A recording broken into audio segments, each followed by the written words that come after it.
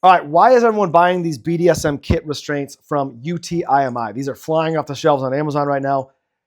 Why is everyone buying them? It's because they're amazing and they help you get the job done and just enjoy life. So, first off, we got the ankle shackles and the handcuffs right here. Just a really nice vibe.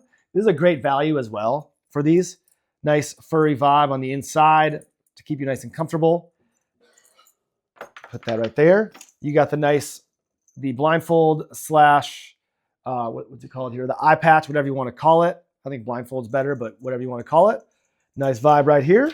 You got the waist strap right here, which is also have a piece connected right here. Different ways to connect this, but amazing either way. You've got the cross buckle right here. Great vibe. And then you've got the thigh cuffs right here. And the way you attach them is up to you, but have fun. Have fun with it. These are flying off the shelves right now. Everyone's buying them, and I think you should buy them too. I highly recommend them.